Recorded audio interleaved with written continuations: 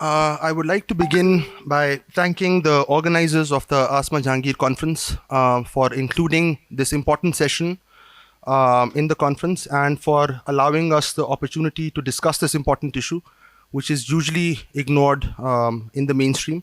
I'm also thankful to our distinguished guests who have given us their time today to be here with us and to share their thoughts and views on the issue.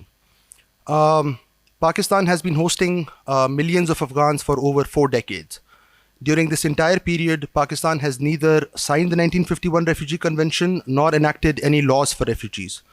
The only serious attempt for refugee legislation was made by Mohsin Dawud, who is the chairman of our party, NDM, during the previous parliamentary tenure. He submitted the National Refugee Bill in 2023 in the National Assembly, but the bill was never tabled, as has been the case with some other human rights related bills. Over the years, successive governments have periodically initiated deportation drives targeting Afghans. The most recent drive was launched by the caretaker government in 2023, despite the fact that it did not have the democratic mandate to do so. The current government has since continued with this drive.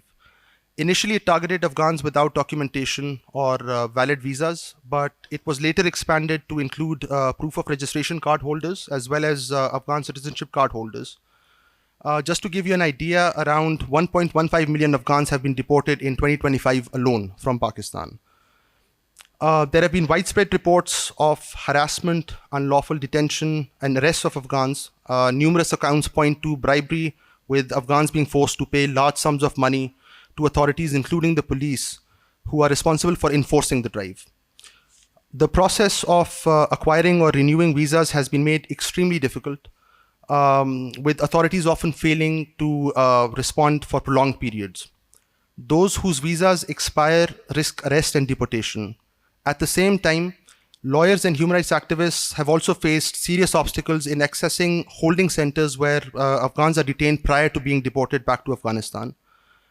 International organizations such as the Amnesty International, Human Rights Watch, the United Nations have repeatedly called on Pakistan to halt the unlawful detention, harassment, and mass deportation of Afghans, citing clear violations of international law. Since the Taliban's takeover of Afghanistan, which was facilitated by the United States and its allies through the controversial Doha deal, there is effectively no functioning government in Afghanistan.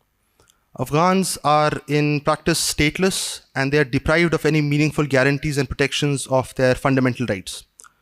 Those who are forced to return face widespread unemployment, a collapsed healthcare system, a collapsed education system, sharply declining foreign assistance because of the sanctions on Afghanistan, and many other issues.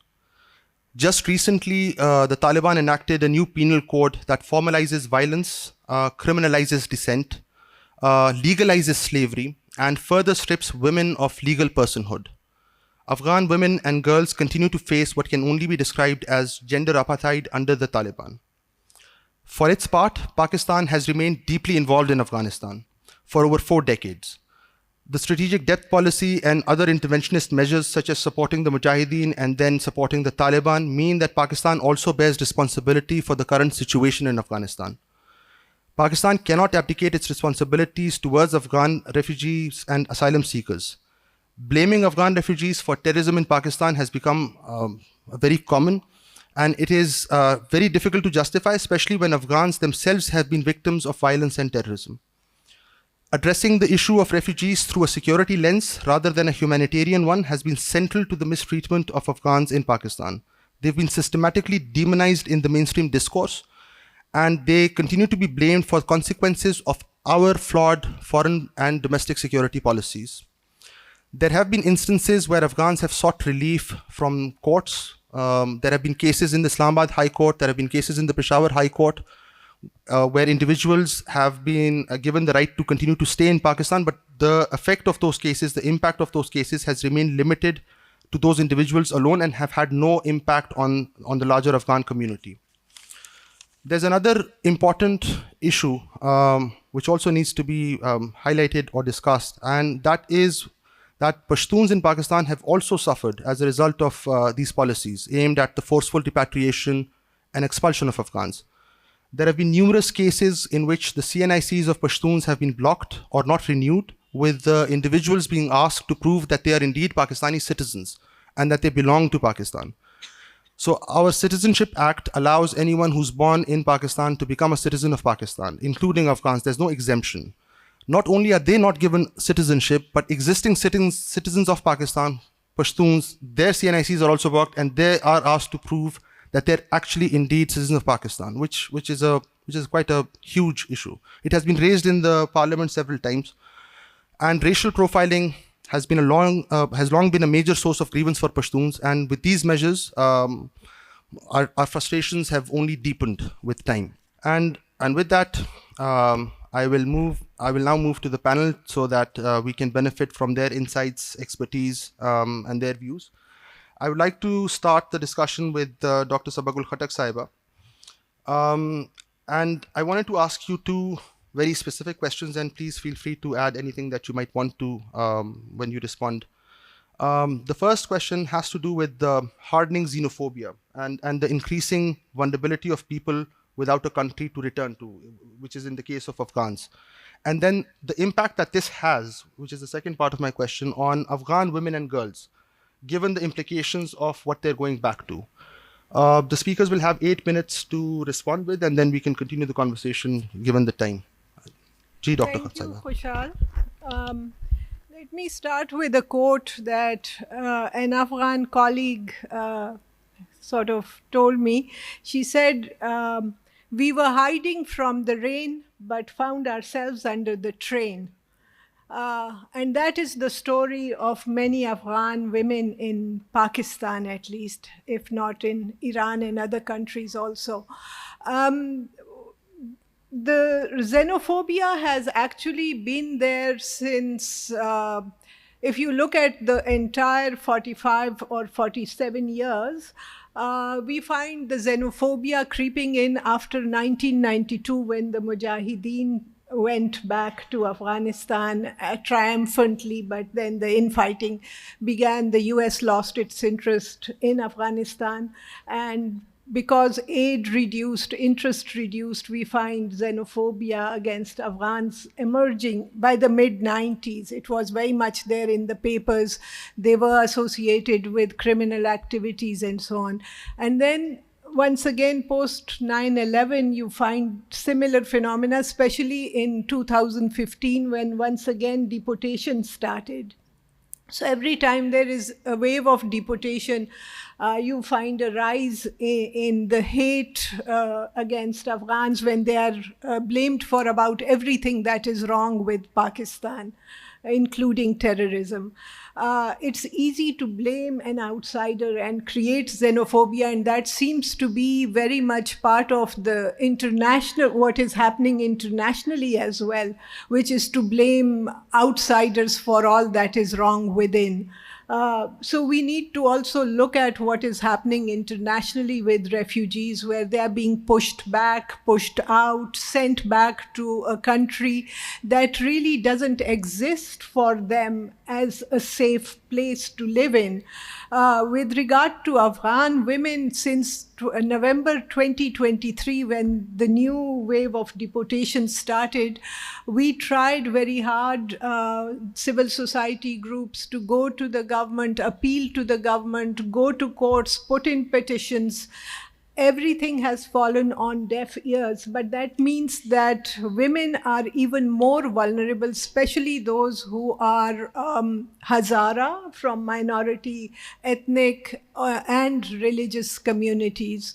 They are far more at risk because when they're sent back, and in a country where gender apartheid is recognized, they're being sent back forcibly. And many of them said, we would rather beg on the streets than go back.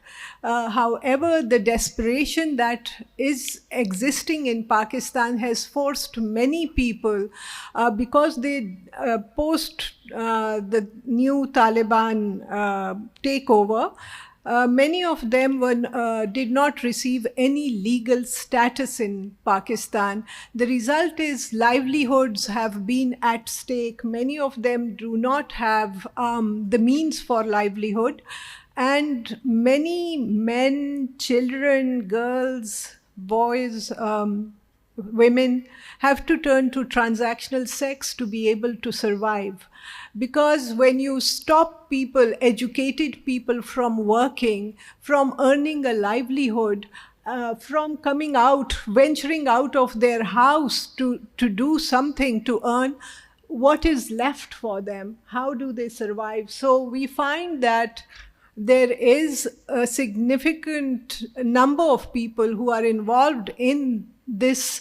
And some of the interviews that we did, we found out of 29 people that we interviewed, 26 had undergrad and master's degrees. That means they're qualified for working, but this is the only coping strategy that they're left with. So when we talk about actual, and this is a topic no one wants to talk about, we all know about it, but we don't want to talk about it because we simply don't, right?